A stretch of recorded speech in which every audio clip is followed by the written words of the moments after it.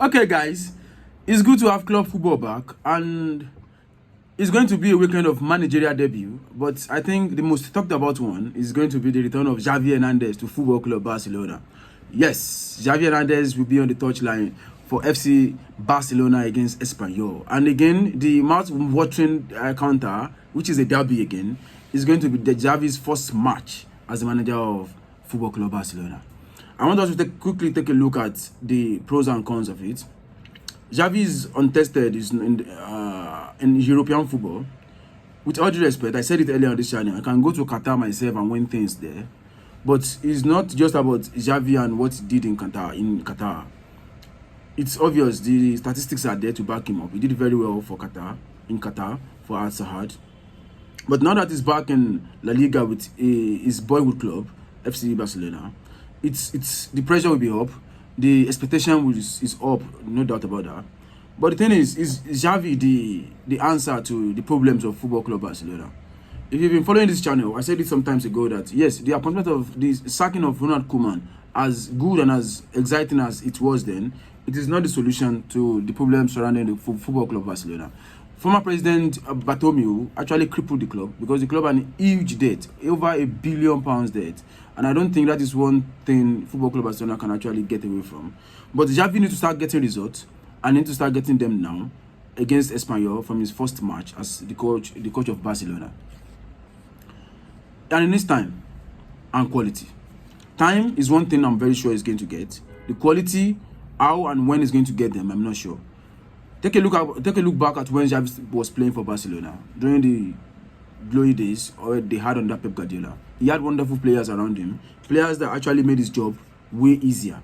But this time he will be coaching players like Luke De Jong, Sergio Dest, Memphis Depay, Gavi, and some other youngsters coming up. I'm not saying there's no quality in that Barcelona team, but you can't compare the current quality of that Barcelona team to the quality XAVI had when he was playing for Football Club Barcelona. And the frustrating thing for Barcelona fans is that the club doesn't have the money to splash out on big talent these days anymore because of the huge debt they are in, thanks to Josep Bartomeu. But the tricky thing for XAVI will be how he will be able to implement his style, which I'm very sure he will do that very well, because immediately he was made manager, he gave the team the 10 XAVI commandments, let me put it that way. The do's and don'ts he wants in the club, how the time he wants the players to be on the training ground. According to the rules, part of what was there was that players should be on the training ground 90 minutes before the commencement of training. The diet, what he doesn't want them to be eating, things like that, blah blah blah. I'm very sure the players are responding very well, and I'm very sure he's going to pass his message across to the player. But the thing is, would there be time for him when will he be able to sign players that he actually wants? Yes, he's brought Dani Alves in on a free.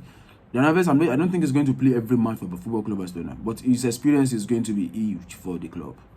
But how long that is going to take for XAVI to be able to get the players that he wants, I don't know. Because right now, the club can actually afford to spend huge amount of money on players, and that's why they've brought in the ones they got over the summer for Ronald Koeman before he was sacked. But let's just wait and see how XAVI copes at Football Club Barcelona. And the only thing we can do is wish him the best and enjoy seeing him on the touchline, and hope that they can bring back the era of Pep Guardiola at Football Club Barcelona. And coming back to the Premier League, it's been a transfer merry-go-round for managers. Norwich City appointed Dean Smith, who was recently sacked. He was sacked by Aston Villa, and he'll be making his managerial debut for Norwich against Southampton. The same Southampton that was his last match as Aston Villa manager, because his Aston Villa team lost 1-0 to Adam Armstrong goal for Southampton, and after the match he was sacked, and not long after that he was made the manager of Norwich City.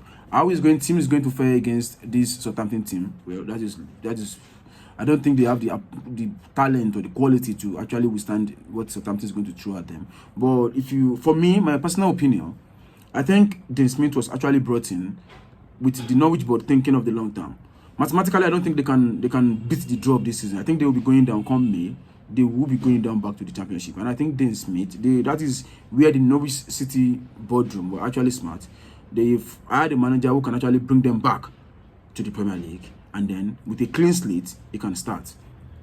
And then Steven Gerrard resigned his post from Rangers in Glasgow, Scotland, and came to become the Aston Villa manager. There's this fantasy from Liverpool fans that 2024, when Jurgen Klopp's contract expires and decide to leave, Gerrard can come in and become the new Liverpool manager, and then the trend that trend can continue. But don't get carried away. With all due respect to Scottish fans and Scottish football, I don't think there's enough competition there. Gerrard only played 4 games in the calendar year there, 2 against Celtic and I think against Aberdeen or St Johnstone. I'm not actually sure. But in the Premier League, every match is a final. He will be met with warmth and all that from Aston Villa fans. But the fact is, cannot deliver what he delivered for Rangers for Aston Villa. I doubt that. But I think the highest they can actually expect is a top 10 finish. I don't think Aston Villa can actually expect anything higher than that, because I don't believe Gerrard can deliver that, not now. But I hope he gets to be successful. But Premier League is a very difficult place to manage. You can be booted out anytime. And then Antonio Conte will also be making his home debut for Tottenham against Leeds United. Antonio Conte, there's nothing left to say about Antonio Conte. We all know him, and we all know what he's achieved in his career. And I believe that, well, with time and with the quality that Tottenham squad have got, I think he will be very, very successful. And I strongly believe he can push for the top 6 and top 4 places in the Premier League. Trust me. I seriously believe that Antonio Conte will push that Tottenham squad to get a top 6 or top 4 place come May. And then Newcastle signing Eddie Howe to replace Steve Bruce after they tried to get the A-class manager, but they couldn't get their names on. They couldn't get their hands on one. They end up settling for Eddie Howe, who I believe is like the 5th choice or 6th choice.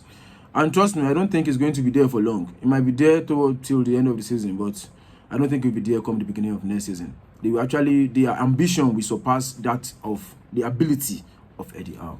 But, well, those are my opinions.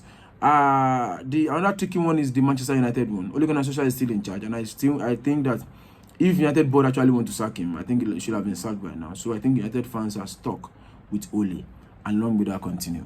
Well, those are my thoughts. Let me know what you think in the comment section, and I hope you guys enjoy the weekend of football coming your way, because it's going to be cracker. And see you guys soon. Ciao.